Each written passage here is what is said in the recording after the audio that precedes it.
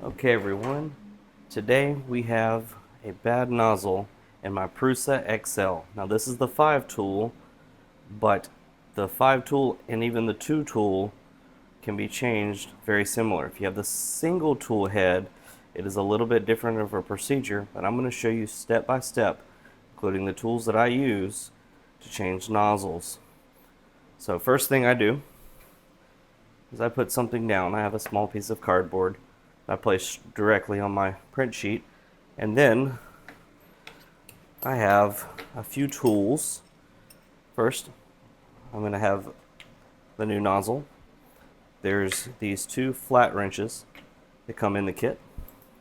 One of them is good for holding the heater block, and then the other one has various hex heads, and one of them fits the nozzle, which I believe it's the smaller one right here.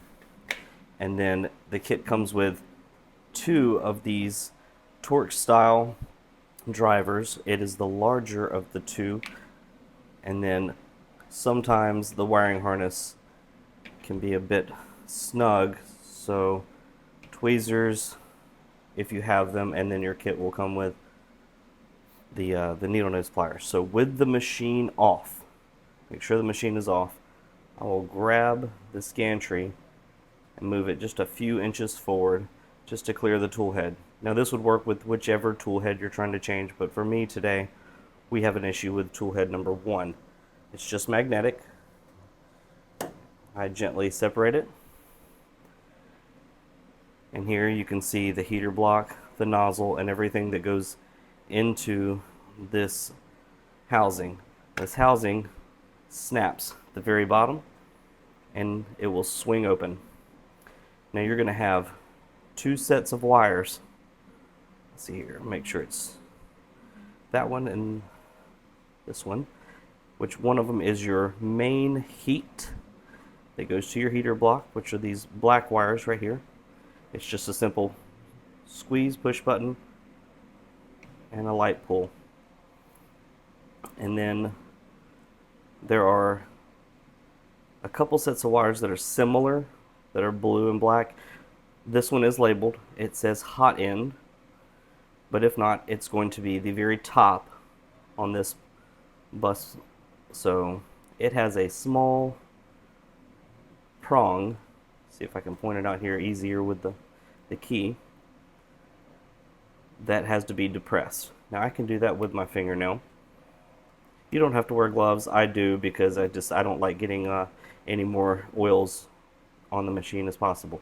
So now those 2, so this is your thermistor and this is your heater, are free. And now the only thing left holding the entire nozzle and heater block on is at the very, very front of your tool head. You're going to see an opening. This is where you're going to insert your star driver. You'll feel it against the screw. It doesn't take much, a half a turn. All it is a set screw. Don't remove the screw all the way, just a half a turn, just enough for the nozzle to move freely. Now these wires fish under this extension here, this hex head spacer, so as you're pulling it out, it kind of helps to snake those wires out. Okay, now while I am waiting, this is in the way and I don't want to damage it. I'm going to go ahead and re-put this back onto its holder so that it is completely out of the way. So this nozzle has been completely clogged. I've tried with needles and it's still not performing properly. So without further ado, I'm going to hold it, the heater block, and make sure that you don't hit any of the other wires. I'm going to hold the heater block with one hand, and I'm going to get my other flat pliers, or flat wrench, and I'm going to hold on to the nozzle. It doesn't take much force. Once I've done that and it breaks free, simply unthread it,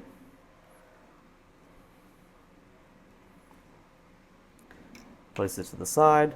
If you want to try to clean them later, some people have had luck with torches and heating them up and pressing the filaments out, but today we are going to do a full new replacement.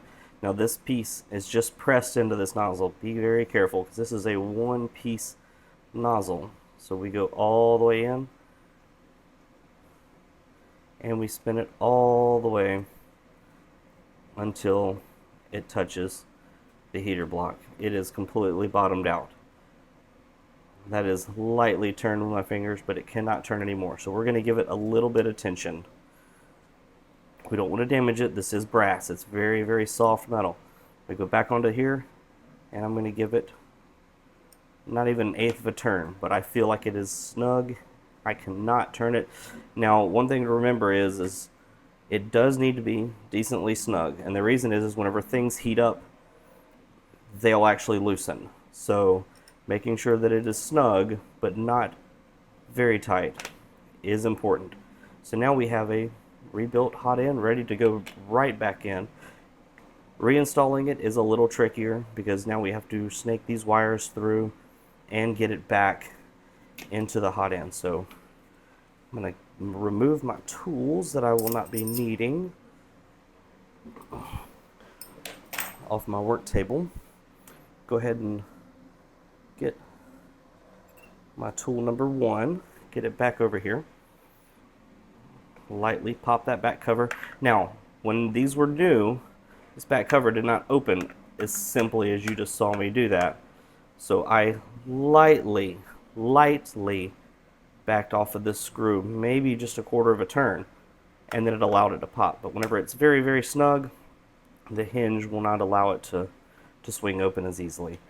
So we're going to do two things at the same time. We are going to fish these two wires under the fan and around that extension and insert the hot end into this opening right here. So get these two wires, fish them through, and place the hot end there at the same time. So here we go. We have our thermistor and our heater block. So I'm not going to plug these in yet. So we're going to push this all the way, and you'll actually feel it touch. And it's touching all the way up here at the top near your load cell and everything. So it actually will come to a complete stop. Now, I like this heater block, and you'll notice that from the factory they're set up at about a 45-degree angle. They're not set up square, but they're also not turned 90 degrees. If they're turned too much, they can hit the fan, and if they're not turned enough, the wires can get bound up by hitting the fan. So a nice 45-degree turn, just like so. So I'm going to hold it with my pinky, and I'm going to find my set screw in here. I'm going to turn it till I feel tension, but it's not tight. I'm going to double check that I'm all the way inserted and I'm at a 45-degree angle. And I'm going to bump it snug. Again, just a little. It is a small set screw. And we notice we're not touching the fan shroud. The wires are not bound up. They have a clear path. So now all we have to do is plug the two wires in.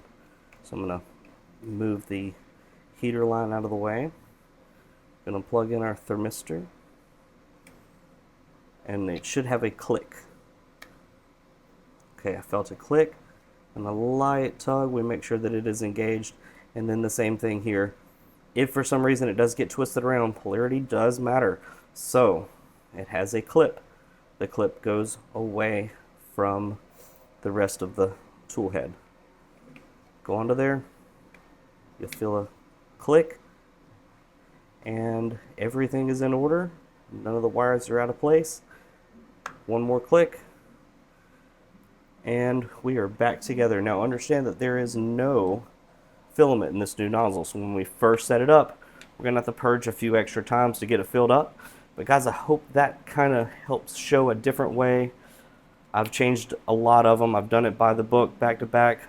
But this is the quickest and easiest way that I have found to put one of those nozzles on. Let me know in the comments if you think you see anything different that you would do. Thank you, guys.